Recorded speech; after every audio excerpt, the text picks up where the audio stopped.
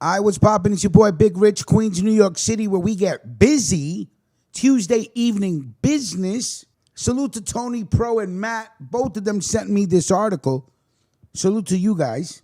Let's get right into it. This is coming out of NewJersey.com by the way of Joe Admanavaji for New Jersey Advanced Media for NewJersey.com. All right? Again, Joe, salute to you for writing the article.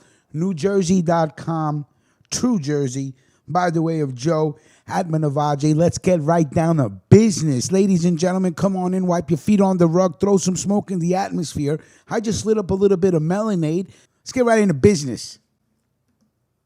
Look at these two FBI agents. One of them looks like a robot with a mullet, and the other one looks like Mel from Alice's Diner.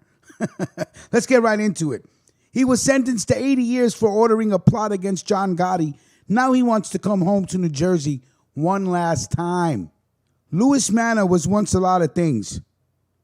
In the criminal underworld, he was known as Doc, or the Thin Guy, a man who had put his time and allegedly rose through the ranks of the Genovese crime family in the 1970s and 80s, running his gambling and loan sharking operations from Casellas in Hoboken or the Village Coffee Shop in Jersey City, according to court documents.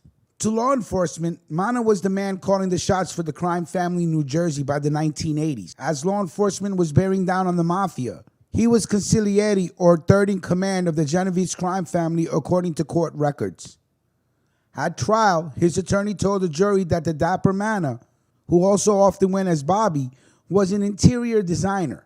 Through cross-examination by prosecutors more than 3 decades ago, revealed that no one had any specific idea of how he earned a living. Federal authorities once described Manna as dangerous and evil, a crime boss that had blood on his hands and one ambitious enough to plot the murder of John Gotti, the so-called Godfather of Mafia bosses in the region, according to news reports. When he was convicted in 1989 for conspiring to kill Gotti and offering the hit of a crime family associate, prosecutors called it a tremendous blow to organized crime in New Jersey. Then first U.S. Assistant Attorney Michael Chertoff, who led the prosecution of Manna, later told reporters that the 80-year sentence Manna received would remove one of the most powerful and experienced mob leaders in the nation. Manna had been in federal custody for more than 32 years. But now Manna is one of thousands of federal inmates who are applying for compassionate release during the pandemic, citing the extraordinary and compelling circumstances they face behind bars. Manna turns 91 next month and is debilitated, his attorney says. He had cancer twice. He has hypertension and Parkinson's disease. Jesus, let the man out. What are we doing here? Manna will almost certainly die in custody in the near future at the federal medical prison in Minnesota. Jeremy Ladalo, Manna's attorney, wrote in a recent court filing. But before he does, he is seeking to head home to Hudson County one last time. His stepson has offered to take care of the aging mobster in his Bayonne home. As an unwell, nearly 91-year-old man, Mr. Manna poses essentially no threat whatsoever to the community, wrote Landalo, a Brooklyn attorney, in a motion for a compassionate release. He wants to spend as much time as possible with his incredibly supportive, concerned, and loving family and focus on staying as comfortable and as healthy as possible for whatever time he has left on this earth. Amen. Landalo did not respond to multiple requests for comment. Prosecutors are fighting the release. Manna has not even served half his sentence, prosecutors argued in a court filing. And if they let him go early, what message does it send? They asked. Prosecutors and judges have a duty to deter others from committing crimes, and releasing Manna does the opposite, the U.S. Attorney's Office said in objecting to his release. Jesus Christ, what hard-ons are these attorneys? The man is 91 with Parkinson's, man. What do you want? Prosecutors acknowledge that he is elderly and would likely not pose a direct personal danger to public safety if released, but have remained steadfast that he should serve the sentence he was given, which was to spend the remainder of his natural life in prison. Louis Manna was the son of Morris Manna, known as the kingpin of the present Jersey City dock mob in the 1950s, according to news reports in the Jersey Journal. Louis Manna served his first significant prison sentence in the 1970s, and the sentence was his choice. He had been called to testify before the New Jersey State Commission of Investigation regarding mafia activities in the state, but he refused. Quote, I won't talk to anybody, CSI, CIA, anybody else. I'm going to sit in jail until you say, let the man out. I'm going to sit there for the rest of my life, Manna once testified. He was jailed on civil contempt charges in 1972 and remained behind bars until he was released in 1977 when it was clear he would never discuss the business. I was convinced Mr. Manna's statement that he will never testify before the SCI firm adamant, unchangeable, and that continued incarceration will not change that resolve, Superior Court Judge George Scotch said at the time upon releasing Manna. It would be more than a decade before law enforcement had another shot at Manna. In the 1980s, the federal authorities were put under tremendous pressure to take down the Mafia by the Department of Justice, so when they were able to secure a bug in Casellas, they learned that Manna was the most powerful Genovese figure in New Jersey, according to reports in the Jersey Journal. Authorities gathered information on Manna's role in overseeing gambling, loan sharking, and labor racketeering in the region. In a meeting at the Hoboken Italian Joint in the late 1980s, according to court documents, authorities heard what they had long suspected Manna of initiating: contract murders. They learned that he had ordered the 1987 hit on Irwin the Fat Man Skiff, who Manna and other Genovese figures believed was going to expose their criminal enterprise and would no longer run a more than $25 million money laundering operation for the crime family, according to court documents. But as Manna was discussing the killing of Skiff, for which he was later convicted, authorities learned of a nearly unbelievable plot Manna was planning. He wanted to kill John Gotti, the leader of the Gambino crime family, according to court documents. Authorities heard Manna select the individuals who were to participate in the big hit on Gotti, those court documents reported. Quote, well, we are stuck behind Gotti, he said. Let's hit the motherfucker. A subordinate of Manna's made it clear. The fucking Godfather ain't getting home, he said, according to court documents. But federal authorities quickly foiled the plot when they alerted Gotti to the hit. In August 1988, Manna was charged with leading a conspiracy under the Racketeering, Influence, and Corrupt Organizations Act, RICO. Within a year, Manna's case went to trial.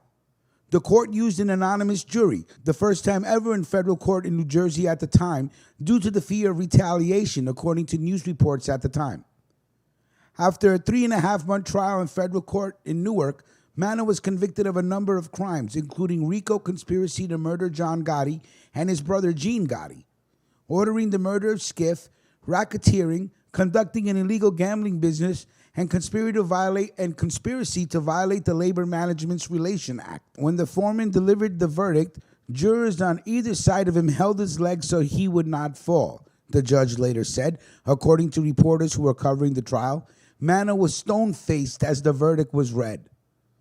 On September 26, 1989, U.S. District Judge Marianne Trump Barry sentenced Manna, then 60, to 80 years in prison. Manna is not the only reputed organized crime figure who has sought to be released from prison during the pandemic. Daniel Dirty Danny Mangelli, an alleged former acting captain in the Bonanno crime family, who was serving extensive time for his role in a Brooklyn murder, was released from Fort Dix Federal Prison recently after a coronavirus outbreak at the facility, according to court documents. But Richard Desquicio, who authorities said was a former enforcer for Manna, was sentenced to 75 years in prison related to the plot to kill Gotti and the murder of Schiff, was recently denied compassionate release by a judge. Defendant committed these crimes long ago, true enough, said U.S. District Judge Peter J. Sheridan. However, the seriousness of his crimes, the need to protect the safety of the public from even a possibility of repeating these crimes, and the public interest in adequately deterring these type of violent crimes weigh heavily against his release. Defendants seeking compassionate release during the pandemic must first apply for compassionate release through the BOP, or Bureau of Prisons. The warden at their prison makes a determination if the inmate is eligible or not. If that is unsuccessful, then the defendants have the right to make their case for compassionate release to a federal judge. Manna's attorney argued that he should never have even had to apply for early release through the courts. In November of 2019, Manna's request was reviewed by the BOP, and the agency determined he was eligible to be released. His likelihood of repeating his crimes were low, the BOP found. The warden at the federal medical prison in Minnesota recommended Manna's release in an April 2020 letter. It appeared then that Manna would be heading home. In May, a social worker from the prison approved Manna's proposed release plan, which included living with his stepson in Bayonne.